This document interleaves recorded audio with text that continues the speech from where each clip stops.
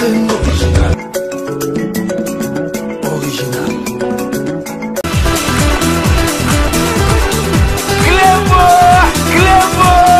Original. Dans les discussions, nous tous, finalement, et je dis bien nous tous, l'histoire rendra compte, on était plus ou moins en train de supplier Tshisekedi. Parce que du point de vue de l'ancrage du peuple, ne nous cachons pas les vérités, il était plus ou moins mieux positionné, tout le monde était unanime là-dessus. Deuxièmement, du point de vue de sa clientèle politique, il a une clientèle beaucoup plus engagée, plus virulente, je dirais même assez religieuse. Malheureusement, Tshisekedi n'était pas, et il nous le disait, c'était un garçon correct, il nous a dit qu'il ne peut pas porter les projets qui consistent à lutter contre la machine jusqu'au bout. Ici, qu'ils ne peuvent pas justifier leur richesse. Ça se voit au vu aussi de tout le monde. Ici, en Europe, je le sais, si on voit que votre train de vie est très élevé, on regarde, on viendra voir par rapport à ce que vous faites, on va voir comment est-ce que vous soutenez ce train de vie.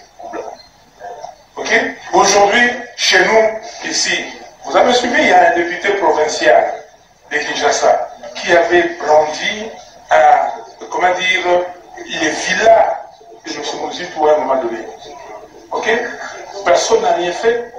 Normalement, le procureur général de la République devait se saisir de ce dossier. Mais si c'était un opposant, il l'aurait fait. Que deviendra M. Kabila? M. Kabila est citoyen congolais. Il a sa place ici au Congo. Il fera ce qu'il voudra. Où je prends la parole pour la première fois devant les conseils de sécurité, je garde en mémoire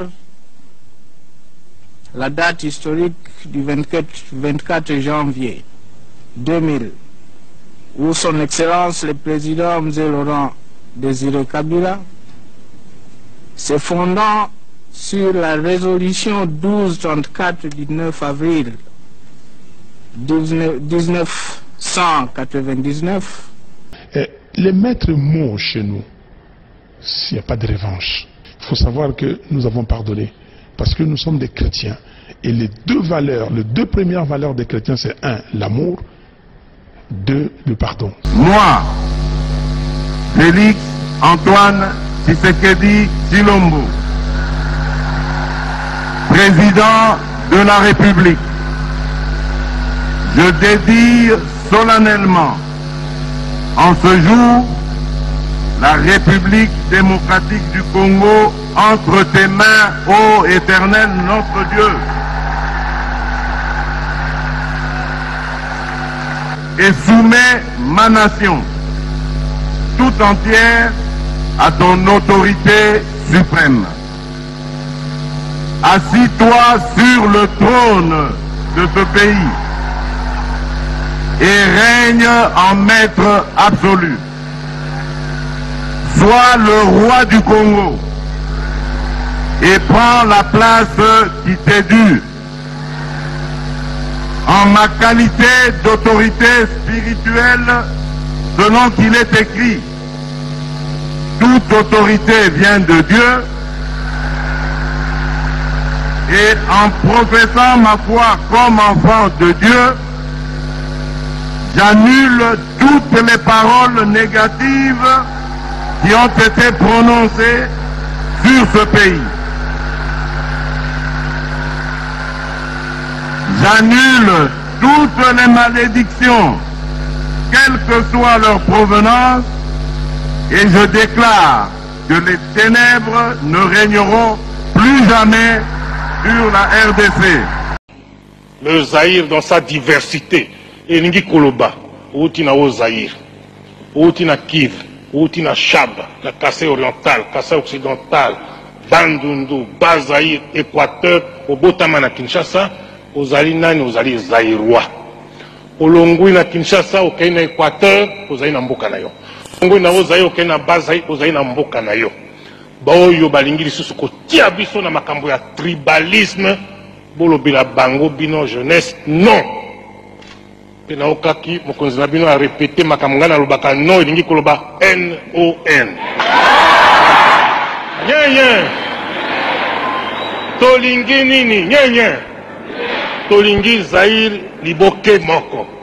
Lisanga moko. Tata Bo, Mama Bo, Ekolo Bo, Parti Bo, Bokonzi Bo.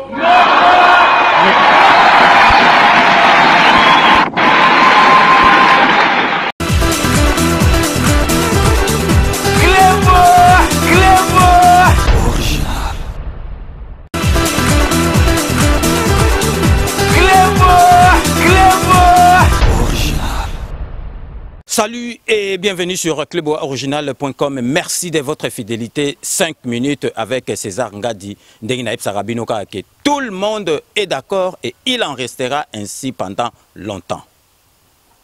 5 minutes, Boyebike, Ezali, émission Moko et EVAK, conscience.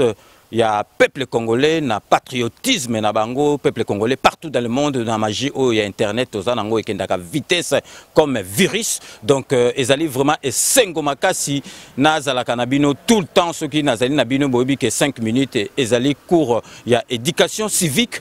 Donc, vraiment nazali wana nako lembate po nako pesa kaku, il y a éducation ce que ba congolais belé, ba komi na bango, ko koma un civique na makasi, ba komi na bango ko koma ba tumoko bazali ko bosana na makambu or ke ba yebi makambu ndenge ezali bande ko ngai lelo 5 minutes ya lelo na lingi na yebi sabino balandi ya 5 minutes partout dans le monde au moni batebele bazali ti lelo ko comprendre te eloko nini ezali ko leka na politique ya mboka na biso na lingi lelo na la kisabino preuve que Moutou azali ko diriger mboka na biso ezali Félix Antoine Tshisekedi Moutou azali ko diriger yango. Bon monaki gouvernement les lots azali mercredi 14 août gouvernement il fallait ebima lobby mardi 13 août. Bon monique ebimité. Donc le lot bo comprendre que Moutou azali ko diriger mboka na biso président azali moko kombo na Félix Antoine Tshisekedi. Donc Félix Antoine Tshisekedi batebele bazo kansaye que non azali yuma ou bien azali Félix Antoine Tshisekedi azali quinois azali congolais azali noko donc congolais penza solo quinois ayebi politique ndenge le cas depuis Mobutu tilelo donc bo kanisa te ke bino kaka mutu boyebi ke o ba médiocre wana bazali photo mona ba onte Félix Antoine Tshisekedi pe ayebi makambu nyoso tu wana donc azali ko sala de façon que Batouana bakoki ko zonga ka lisusu te na gouvernement et puis na makambu na biso ya mboka na biso. Soki lelo bomoni ki ebimité. Il fallait bima mardite. Batu o bakansaka ke Félix Antoine Tshisekedi kanambe mutakumbela kaye lelo bomoni ke vous avez tort. Bomoni ke ebimité na lingi na yebisa bino pourquoi lobby mardi il fallait gouvernement ebima. Gouvernement ebimité. Donc lobby soki gouvernement ebima quitté mardi 13 boye bake bomonaki premier ministre a salaki ba concertation ba pesa qui est liste na côté à FCC et puis cache PPC liste sikoyo premier ministre démarche na suka ezalaki akende ko présenter liste wana et pas il y a président de la République Mokonja Mboka a validé ce qui c'est bon ou pas. Nazali koyebisa bino président nabiso Félix Antoine Tshisekedi a zui bic rouge a barré ba combo nyoso oyo ba médiocre na oyo bato nyoso tout jamais tokoki komona ka bango lisusu na kati ya makambo ya mboka na biso. Donc yango na bomoni e calé lisusu gouvernement lobby e bimaki te. Ce que bimaki te c'est à cause ya wana siko bino boyebisa ngai bino mutubo chaka doute entre Kanambe na Félix Antoine Tshisekedi na nazo kumbela muninga. Mais ce qui est zalaki ndengu wana pourquoi Kanambe a s'imposé te à lobby liste ebima siko bo moni bino moko ke Félix Antoine Tshisekedi mutu azako kumbela masolo na ebisi bino lisusu gouvernement il fallait bima lobby le 13 le lot allait mercredi le 14 gouvernement ebimité ce qui est bimité parce que Félix Antoine Tshisekedi azali d'accord te na ba kombo oyo ba ti oyo awiti komona ya ba médiocre a barre surtout donc il faut ba luka batu mususu yango na bomoni ke ebimité Donc siko bato bachaka doute na Félix Antoine Tshisekedi na kanisi bazali convaincu que mutu azali ko kumbela kanambe ezali Félix Antoine Tshisekedi président de la République. Mais lingina tout na bino est-ce que bino lelo boko sepela ke bomona mutu lokola mende azonga lisusu na kati ya gouvernement oya mboka na biso mutu moko ko sepela na yango azate et puis nazali ko yebisa bino mutu lokola Robert wa boka na kombo Robert wa akoki jamais ko zonga susu na affaire jamais akoki ko zonga susu na ba affaire na kati ya mboka na biso bozo mona na lingi olakisa bino exemple boyebi ke Robert wa c'est un Rwandais ndeko na ye leki na ye awitiki ko gagner Tour du Congo ou Tour international du Congo, il y a cyclisme, ndeko na ye bozali komona na ba photo donc kombo na ye Robert Wazali leki na ye muto a gagné Tour du Congo international, il y a cyclisme. Donc si kobo sanga par quelle magie ye Robert wa akoma congolais. Donc ce kazala qui naturalisé mais il faut boyer baké ba poste mususu na bokipation mususu Robert wa akoki jamais kozwa yango na mboka na biso soka zwa ki yango kala ezalaki pona kanambe azalaki Rwandais.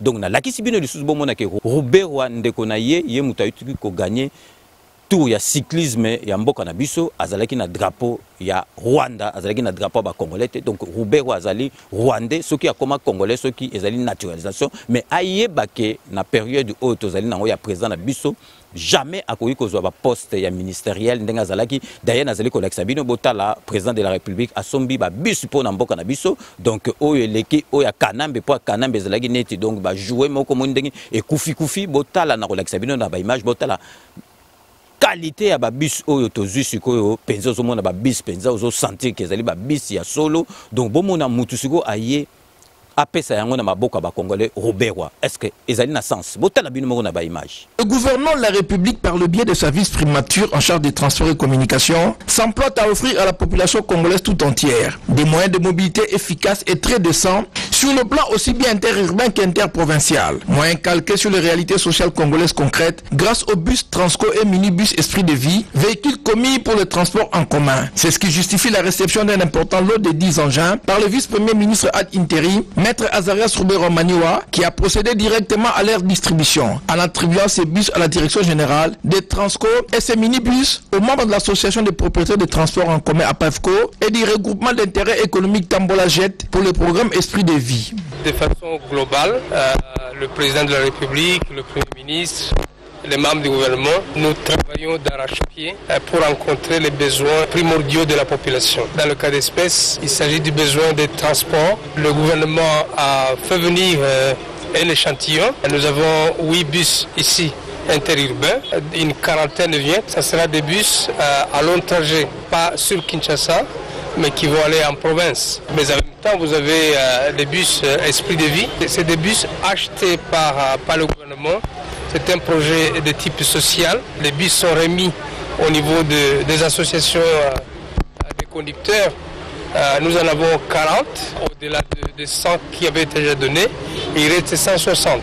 La prochaine mise en circulation de ces bus Transco, commis à l'exploitation interprovinciale, et ces minibus Esprit de Vie pour le transport urbain, à travers la mini-carnaval organisée dans certaines artères et places publiques de Kinshasa pour ce faire, va soulager tant soit peu les usagers routiers congolais. Bino boy total donc ba bus ya mboka na biso Ruberwa soki ako kenena ko sala masolo ba bus ya ba Rwandais botala ndenge azali ko kabola ba bus ya mboka na biso donc un Ruberwa donc to mona e lisusu na kati ya gouvernement et ko sala maté yango na bomoni blocage salami président de la République na biso o yazali awa président de la République tout le monde est d'accord à Zubik rouge à longoli ba kombo nyoso tout oyo ya ba médiocre oyo ba koki ko zonga lisusu na ba faire na mboka na bisote nakanisi ba mende ba Ruberwa mutu mokote akosepela amona lisusu ba bilonga ndenge wana bazonga lisusu na mboka na biso nakanisi bato bazalaki na doute na Antoine Félix Antoine Tshisekedi bazalelo convaincu que ye mutu azokumbela masolo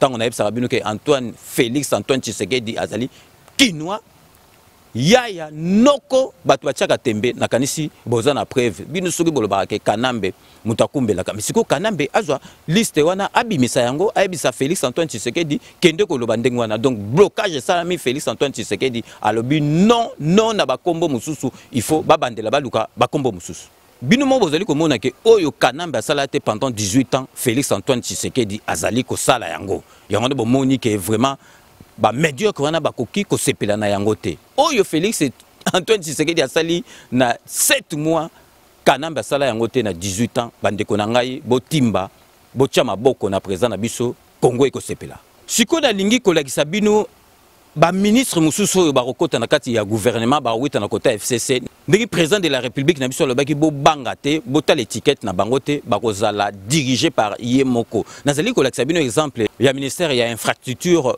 ya master na ngai Thomas Luako donc wana za master na ngai ya couper jamais na koiko wanga na ya azali penza master na ngai couper auto sala ba mouvement to kenda ba viva la musique to kenda ba Victor Eleison na kanisi nazali kolakisa bino na photo bo monitant to zalaki ba jeune to renia biso to renia donc Thomas Luako azali pire quinois azali donc master na ngai penza to renia bomoni siko azali ministre azalaki ministre ya télécommunication azali siko ministre ya infrastructure donc infrastructure bozo mona bino moko sikoyo masolo moko yaki wana ya projet ya kotonga banzela ya ba pont bomoni ye moko ministre azali wana na kolakisa bino ministre azali wana azali ko signer ba papier oyo etangami ya projet wana mais pembeni na ye conseiller ya président de la République na infrastructure azali pe wana po atala ba masolo po boye bake donc ministre soka azali ya FCC pembeni na ye barochela ye mutu moko pe akozala wana. Action que l'équipe d'ingénieurs architectes belges a clôturé sa mission de prospection des sites de l'ONT qui seront soit réhabilités, soit construits. Mission inscrite dans le cadre de renforcement des capacités des infrastructures d'accueil de haut niveau en République démocratique du Congo. La conseillère du chef de l'État, Mme Bibiche Kabengele, a offert un dîner en leur honneur sur le fleuve Congo à bord du Majestic River. Une visite d'intérêt pour un bâtiment qui est excessivement bien situé tout près de l'hôtel du gouvernement, de la cité des ministères et qui a un potentiel important pour toute une série d'infrastructures auxquelles nous pensons avec l'ONT en partenariat et des secteurs privés aussi d'ailleurs, congolais, qui sont intéressés. Ce bâtiment offre un énorme potentiel et la visite confirme l'énorme qualité qu'il a dans la tenue dans le temps. Après 70 ans, ce bâtiment est très bon au niveau structurel. Le DG d'intérim de l'ONT, Rosette Saïba, n'a pas manqué les mots pour remercier le chef de l'État. Aujourd'hui, l'ONT a pris un élan. Et cet élan,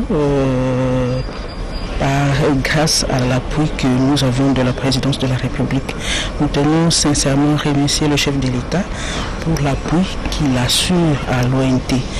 Nous devons prouver au chef de l'État que nous soutenons sa politique, nous soutenons sa vision.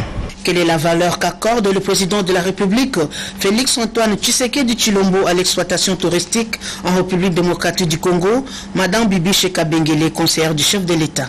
Une grande place par rapport déjà à la vision du chef de l'État. Et c'est pourquoi il nous a instruit au niveau des relations publiques de pouvoir travailler avec l'Office national de tourisme pour mettre en valeur les différentes richesses que nous avons. Ce pays, avec le potentiel que nous avons, nous pouvons faire mieux. Et donc nous allons retrousser nos manches, nous allons faire de notre mieux pour vraiment redorer l'image du pays, l'image de la République et l'image du chef de l'État.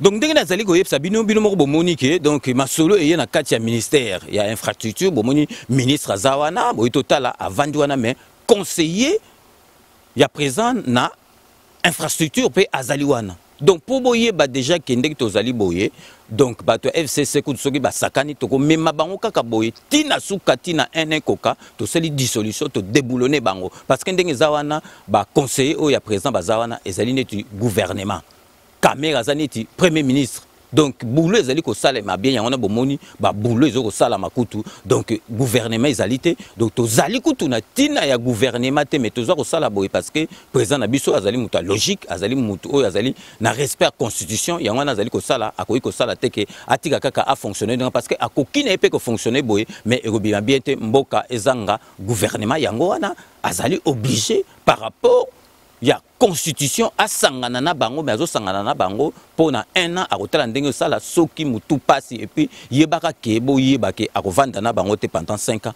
ako dissoudre masolo nyo surtout mais na ndenge esalamaki constitution bango mutu bazalaki majoritaire na parlement Bahoum bazali majoritaire na Sénat, donc Parlement, Bahoum bazali majoritaire, donc Bahoum baza na ba place et belé, il y a ministère, mais à Salindengwana parce que moyen mususu ça les até, il fallait asangana na bango, mais ibo yebake jamais bako kumbela ye muta ko kumbela ka bango moni preuve que ba yokana ki makambutu ba nombre ba partager siko pourquoi bimité ce que bimité ezali par rapport à ba kombo oyo ba présenter les présidents na biso a moni que jamais ba kombo wana et que oza na kati ya gouvernement mboka na biso bato wana ndenge ba longwa ki il faut ba longwa libela to bossa na bango en attendant que kanambe na bango zo masolo na mbuchu pe na dikosi. Si on a expliqué bino oyo ba congolais ebele oyo bazo sala na nkoba misu bazo sala na nkoba misu ba comprendre était il faut pas comprendre des politiques ndeza politique oyo solo tozo sala na mboka na biso sikoyo nanu esala mate liboso ezalaki ba politique moko ya ba dictateur ya ba sanguinaire donc ba to ça mais siko politique tozo sala na mboka na biso o Félix Tshisekedi azo sala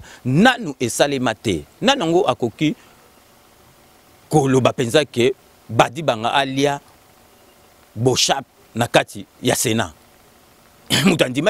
Mais il faut comprendre qu'est-ce qui se passe dans la politique na biso. Donc bon monique mukonji ya parlement ezali moi na moi sona soki mabundi soki comme nani ye mutazali président ya parlement na pembe ne premier vice président ya parlement bon moni ezali kabund mutu ya IDPS mutu na biso. Donc à chaque fois que mutu moko ya FCC ozala liboso bakotiela ye mutu moko ya pembeni ya kasha kozala wana po atalaka ba masolo donc yebake kabunda zana ko sala copité moko ya mabe sans que kabunda yeba donc président ya Sénat ko sala copité sans que badi banga yeba donc bomoni ke présidente ya parlement o ya landie azali mutu na biso donc yé président wana ko sala likopa moko te il faut ba vendre na bureau donc a ko sala likopa moko te que sans que kabunda yeba to ke na Sénat bomoni Tambwe Mwamba, président, deuxième Oyalandi, premier vice-président, Ezali, Badi Banga. Nanangwa ndimaki ke Badi Banga arolia bochap. Ba msusu bazolo ba ke Badi Banga zala susu na IDPS te Badi Banga zala te nazo yebisa bino pour information na bino boye ba ke Badi Banga azali master président na biso banda Diego Kao. Banda kala azalaka master président na biso pe ba lien ya famille za na kati donc ba beba na kama mukie donc président azalaki pe froissé tant amona ki Badi Banga pire mutu na ye pire vraiment ya famille akendaki kondima masolo ya primature na ndenga kanambe pesa neti marque ya trahison mais yeboye ba ke Badi Banga na président de la République ba zongela masolo na bango ndenga kala bomona ki na leka matanga ndenge ayambaki bango ayambaki oh mususu traité mususu te ou comme premier ministre ayambaki était mais Badi Banga za master ne ba vanda na Belgique master na ya ba grand masolo donc bo kanisa te bonabo soki Badi Banga za na zeli pona ko surveiller Tambwe Mwamba et puis Tambwe Mwamba boye baka ba kokanga batu wana tango ba kokanga Badi Banga muto zo masolo wana donc bo comprendre un peu ndenge politique ya mboka ezali koleka politique ya mboka ezali football te ezali jeu de cité que ba discussion ezali politique donc politique tozali ko sala ezali jeté boye bake mututu ya FCC soka zali garde corps mora zali wana po to surveiller bango parce qu'il faut to zana bango keba keba so to moni to zoke na bango masolo zo kene bien te suka na ngo zali dissolution donc ba longoli bango to déboulonner bango pe e ko suka kaka ndenge wana ndenge siko to ke na gouvernement so to kani bien te to ko mema bango kaka to zaka ndenge wana tina ene koka mbala moko masolo abu pia donc ndenge na FC binoka ke kanambe soki ati tembe to ko kumbela masolo wana tina marque que inane koka après dissolution salami to déboulonner bango moko na moko et puis boyebake abu pia to vandinier na masolo na biso donc peuple congolais bo comprendre makambo ezali koleka na mboka na biso botika kosala polémique moko ezanga tina ya buzoba botika koloba bilobela oyo ekoki koloba mate certes bokoki ko critiquer président de la République na ba conseiller na musala o ezali ko salema na mboka na biso parce que ezali normal mboka nyo surtout ba opposant bazalaka ba critiquer ezalaka mais bo comprendre makambo ezali ko leka na mboka na biso et puis président oyo tozu na mboka na biso ezali nzambe mutu atindie azala président na biso parce que avec ye mboka na biso na lobité ke ko bonga 100% mais en tout cas na 5 ans au ko bonga en tout cas sur tozu ata 70% et à 80% donc ezali kutu jeté donc peuple congolais to zala calme to mi pesa na mboka na biso to zala na bolingo ya mboka na biso ndeka na lobaki batu oyo bazali komona netili seki bozu siko preuve que Kanambe azali rien bino mutu bozo opesa importance na yebite soki ya nini na yebite bo monique gouvernement il fallait bima lobby mardi le loto za mercredi et bimite pona nini parce que basi ba kabolaki ba nombre ya ba ministère bon siko eloko nini ko opesa contre-temps o ko opesa contre-temps il faut pas se voiler la face to ba so les ali ba combo o ba proposer président de la République na biso à Monique eza bienté aller à Calais à longoli ba te belé donc mieux vaut tout ezo temps ce qui temps et que combien pour tout gouvernement a bientôt za que gouvernement et bimi to moni bilongnete ba mende ba Robert wa ce qui banane et que la bienté mieux vaut ezo temps et que bima to sepeli donc boye ba que gouvernement ce qui bimi président de la République azali d'accord na yango ce qui azali d'accord na yango te et que bima ka te parce que yemutu azali président yemutu acha linzaka ya suka bateau baba no tia doute na kalisi siko bo comprendre que président de la République mutozo kumbela makambu Kanamba koko kumbela makambu te boye ba que président de la République na biso aza noko azali yaya po ba misu bando kanisa ke président de la République azoye ba makambu te mais président de la République a banda depuis Mobutu te azali mo en 1963 donc a mona makambu to eleka na mboka na biso a mona makambu Kanamba sa na mboka na biso na ba médiocre na ye nyoso tout donc muto ko betele histoire azate ezate ke Kanambe a witaki dans le neya soka witaki na Rwanda soki na mboka ni na memi na batu na ye ba ebite bazo découvrir makambu ka ya mboka na biso donc sur l'état non Félix Antoine Tshisekedi azali congolais azali mwana mboka ayebi histoire mboka na biso mutu moko aya obetele masolo te souci o bino bozali nango bino bo canceler ya Félix Antoine Tshisekedi souci o bino bozali nango bokansi eleki ya Antoine Tshisekedi eleki ya Antoine Tshisekedi te mutu azali na souci ko le Antoine Tshisekedi na minute ni ya politique aleki Antoine Tshisekedi azate mais congolais communauté que azo bino donc bino kansa makambo o bino bozo mona libanda Félix Antoine Tshisekedi azo mona ngote et puis bino boyebi makambo ya azo vivre azana kata masolo bo comme on dit que likambo ko bino boza na souci ya koleko bien Félix Antoine Tshisekedi akekuna po akufa bino bozo kansa ndenga za wana kaka do Kanambe mutako sala faux na Félix Antoine Tshisekedi donc pour ba misusu bazo kansake donc Félix Antoine Tshisekedi muta osale ka faux ezali Kanambe donc bino bozo kansaka ke Félix Antoine Tshisekedi Kanambe muta osale faux donc bino bokansite que Félix Antoine Tshisekedi akosa pe Kanambe faux donc bato bazo kansaka ke o Kanambe akoboma Félix Antoine Tshisekedi o Kanambe akokosala bo oh nani aza président de la République donc bino boyebi te que Félix pe akosala Kanambe pe masolo pe asali muta aza na avantage akosala muninga masolo ezali donc Félix Antoine Tshisekedi yem tazali chef ya armée Yem taza chef suprême armée le soka pessimitino na ba généraux ba kende bacha Kanambe en rejetant surveiller mutako fiotola mbanga zate do bato combien on dirait comme film Félix Tshisekedi kalate ba kolongola donc ba kolongola na nani siko ceux qui bino bozolo ba makambo bondo lo ba na kasi boye sa Kanambe a pesa liste na yewana Félix Antoine Tshisekedi atia ba ministre wana ba bima pourquoi bimité pourquoi mardi bimité donc peuple congolais botika biyoka yoka botika ko polémique na masolo oyo ya polémique te soki Félix Tshisekedi azali ko sala tout asangana bango parce qu'azali ko respecter constitution et lobby ke bato bazali majorité na parlement bango mto ba sala gouvernement yango no bomonique Félix Tshisekedi aza obligé asangana na bango mais bondi makaza noko parce que a memi bango au lieu à la cohabitation a memi bango tina coalition siko nani angozo mene masolo do Félix Tshisekedi mutaza danger ye mutazo mene makambu parce que ce que zalaki siko UDPS cache ezwaki siko masolo ke biso toza majoritaire na kati ya parlement yo kansi biso tongo kosa bato SFC na kati ya masolo na biso tongo kosa bango jamais mais siko bango ba kotisi biso na kati ya masolo na bango ndenge donc c'est que Félix Antoine Tshisekedi aza grand stratège azali puissant azali donc ye mutazo kumbela masolo donc bande konangai bo comprendre ndeki politique ya mboka na biso eza koleka tango bozo mona ke président ya président ya parlement o ya landie mutu na biso président sénat o ya landie mutu na biso bozo ko comprendre karaté bolingi to sala bino dessin na fait pour bo comprendre botika komi komisa zoba congolais tout ça ba zoba te quand même botala ndingi makambu ezali koleka na pesi bino so exemple te mardi il fallait nine bimate mardi ka il fallait gouvernement bimate bimite pona nini et bimite pour nanine parce que Félix Antoine Tshisekedi a longoli ba kombonyo surtout ya ba médiocre oyo alobi que jamais de la vie bato bako zonga boka kutu ata bato oyo ya ba confession religieuse balekaki bato ya 5 ndenge baloba po na bato oyo ba médiocre bako ko zonga te bolanda bino moko na ba image. Les chefs des confessions religieuses ont été les premiers à être consultés. Ils exigent des hommes intègres et jouissant d'une bonne moralité dans l'équipe gouvernementale. Les hommes d'église saisissent la main tendue par le chef du gouvernement, Ilunga Ilunkamba. Nous espérons qu'on épargnera au peuple congolais la torture de voir au gouvernement les gens qui, dans une large opinion, sont identifiés comme des prédateurs. Et les chefs de confession religieuse ont insisté sur les questions sécuritaires, particulièrement à l'est du pays. Et on n'a pas oublié l'épidémie Ebola.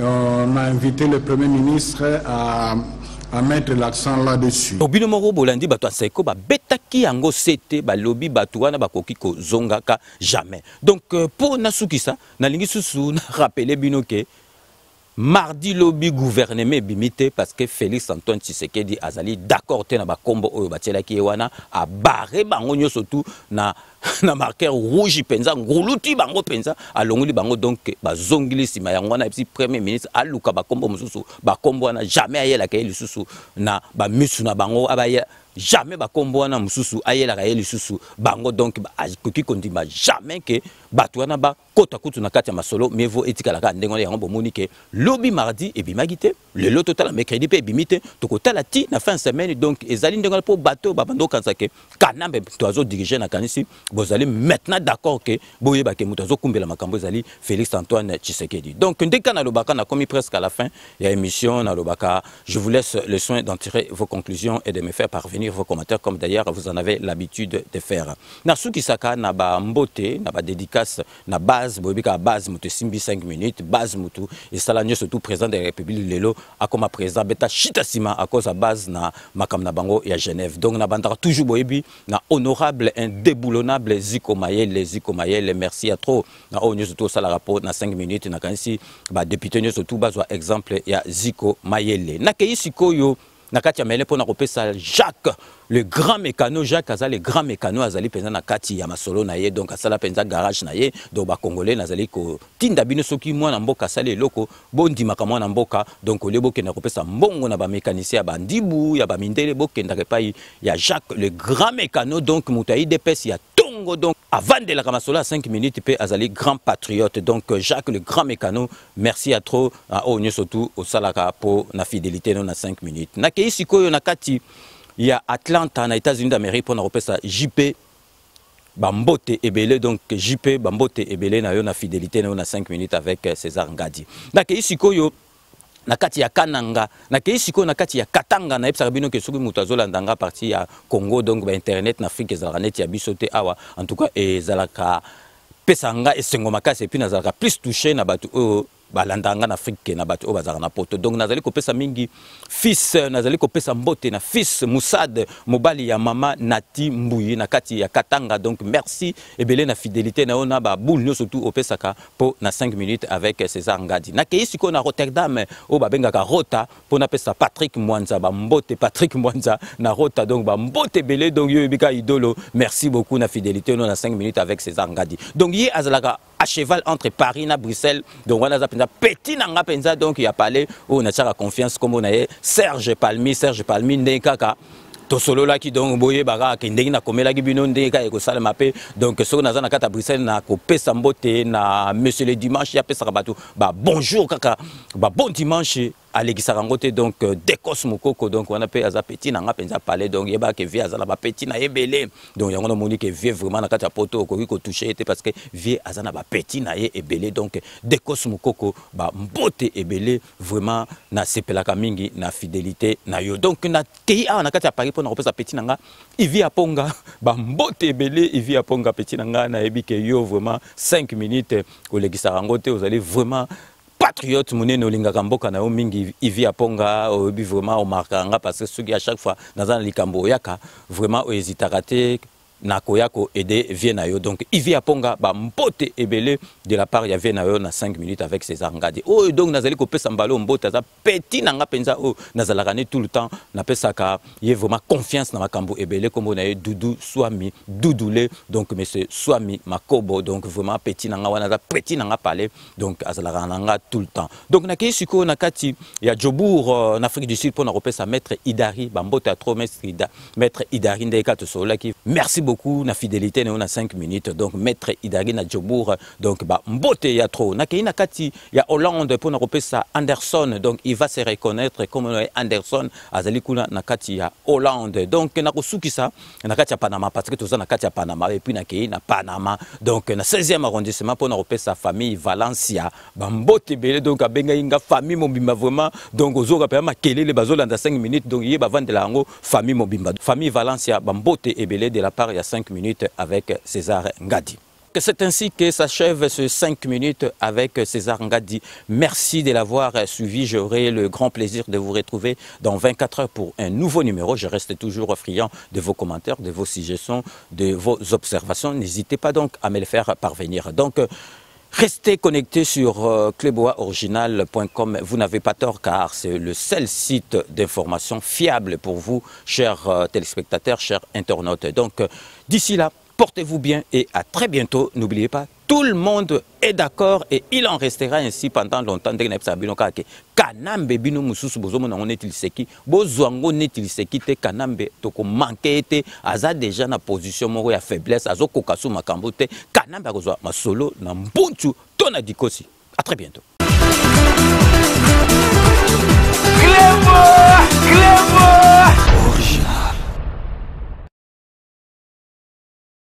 Sepela TV et yena makambu ya sika lisusu.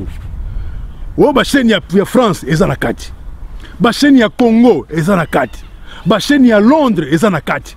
O ngomona makambu ya politique ya sika. O parti AA eza na kati. O parti BB. O CFAIO eza na kati. Ya Sepela TV.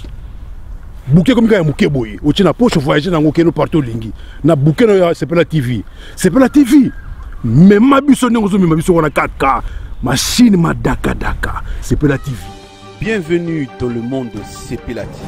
Sepela TV est le décodeur qui vous permet de suivre les chaînes du Congo en direct de la diaspora. Mote Bandeko, merci Ndebo Yamina la banda Kondabino. Demanda désormais Kokutana na cadre ya émission Oyo. Tolobe la santé. Bon, nga comme on a Jean-Paul Djamba, dans Naza Ndekonabino,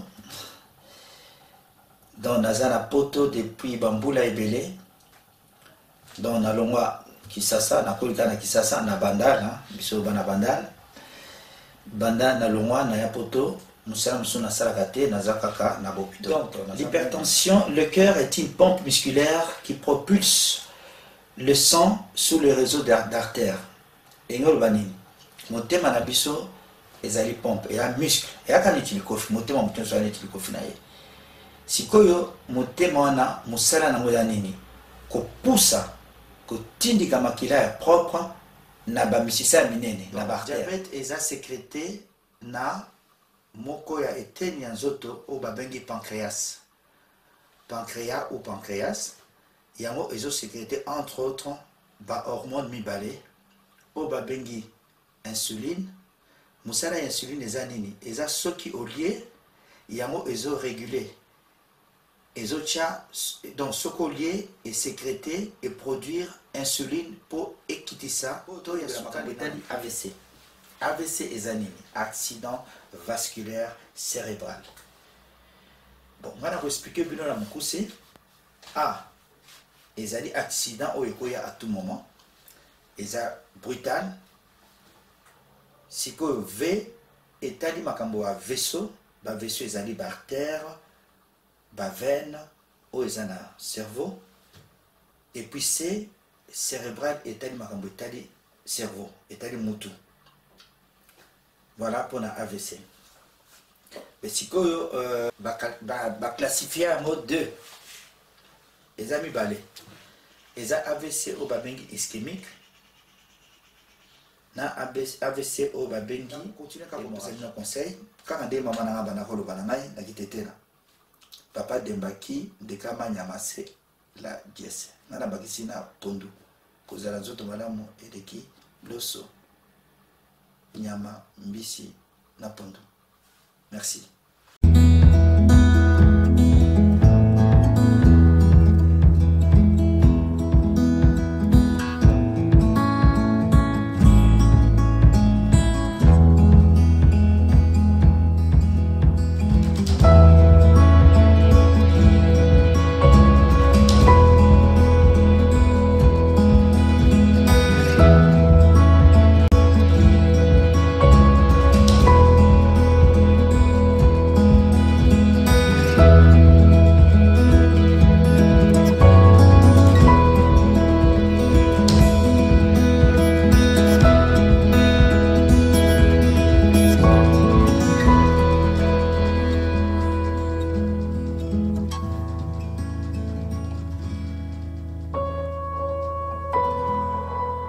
Chers internautes, il y a Cléboa original, contrôle technique, et ça émission na bino ya sika o ebandako s'est passé.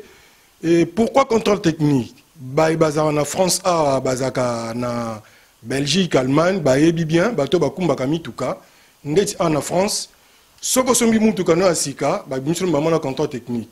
Mais soko sombi mutuka ya occasion, to mutuka nini, il faut les contrôle technique, c'est-à-dire bah checker, on va contrôler. Bah soki est en anomalie, soki est un problème moko. Bah ça la contrôle technique, et ça pour la sécurité na yomoko et conducteur. Et ça pour la sécurité, il y a batou oyo, batambola nzela ba piéton. Donc ça pour la sécurité, il y a environnement. Supposons que autant on la mutuka no bonakata autoroute pe au mona, pas mutuka pe katelanilio. Donc problème pe ko zo. Alors contrôle technique na France c'est ça la mara chaque 2 ans. Après 2 ans, il faut ça la contrôle technique ya mutuka na yo. Soko sali contrôle technique à mutuka na yo et que ba monio na moi problème soit m sous phare ils ont un problème to franc et to logo moko o ya ça là contre visite donc c'est-à-dire ba zong sango lisusu ba réparer yango yango na s'inspira qui na nini wana comme un sociologue na s'inspirer na moi technique wana et ça na bato belé baza ko lekana na ba média baza ko lekana na TV na radio surtout na internet Aouti nanda kuna la muki a sokole longita et gamba moko a diffuser bino information à lukuta. Alors on a que conscientiser bino to zonga nanzela. Ozala pour Félix, ozala contre Félix, mais diffuser les batou vraie information. La vraie information répond à la formule qui, quoi, quand, où, comment, pourquoi et avec quel effet. Au batang sabition sur la classe to ebi. Ceux qui pour éviter tout na bateau ba ebi. V César Ngadi Azali a copé ko la kisayo. Comment créer une information? Au taper au luki ba journaux, luki ba livre au tangi, au léo yaka boudi ki boudi, au tchel bat information lukuta, ba tout temps batalaka en premier lieu et zakana ba victime.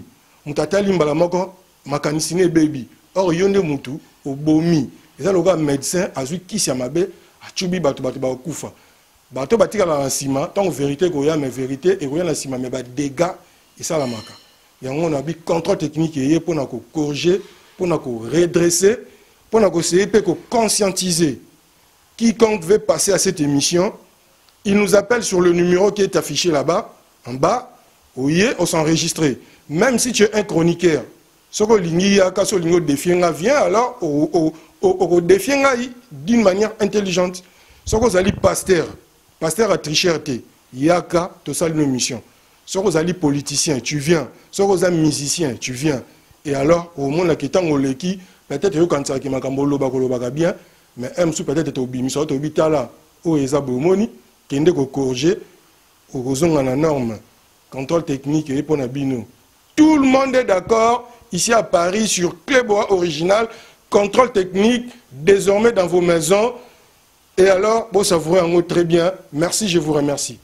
Le kuta mokili bandi na mwasi soto zina Bible depuis Adam na Eve na la kosa moninga izana mwasi basi bakosa mibali te mwasi so akosi mobali te ke mobali wana akosa ka mwasi na ye vérité zalaka te yango pe mota comprendre ke mobali akosa ki yango pas kosa ka ye eloko tinda ka biso mingi to kende libanda izaka comportement mwasi le lengi ni mwasi so bombola ndako ba réponse à mabe ke basi pe bazama un peu mayele moko ya mabe o benga ba malé mayele ya mabe basi basala on mibali to bandi ko comprendre mayela mabio basi basala kana ngwana neti ebo so alobaka vérité est-ce que ba okosa ete soki azokosa nga pe na okosa soki le kuta eko mokota na amour quelque part basi nde ba mimaka makambo wana nga na mama ria te na moni lo mo abongo nga motema esima te fona nyonga basi msusu pe balingana ba ke soko kosie andimi na so epsete vérité mo na bonne kondi basi bakosa mibali te pour la nini bango balingaka biso tokosaka bango po bango bakosaka biso yango tokosanaka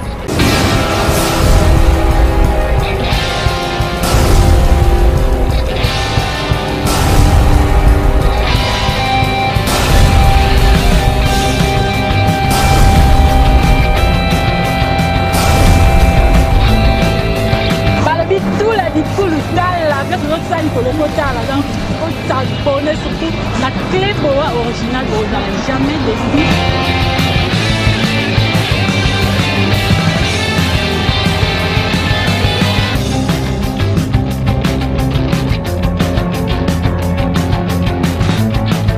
Neftali, il y a la lore noire, la bouche étrangère de la presse congolaise. Non, c'est la Nicolo, j'étais pété loco de l'eau. Pété loco de l'eau, on a pété de l'eau, amour débat. Amour débat. Dans le but, pété loco de l'eau.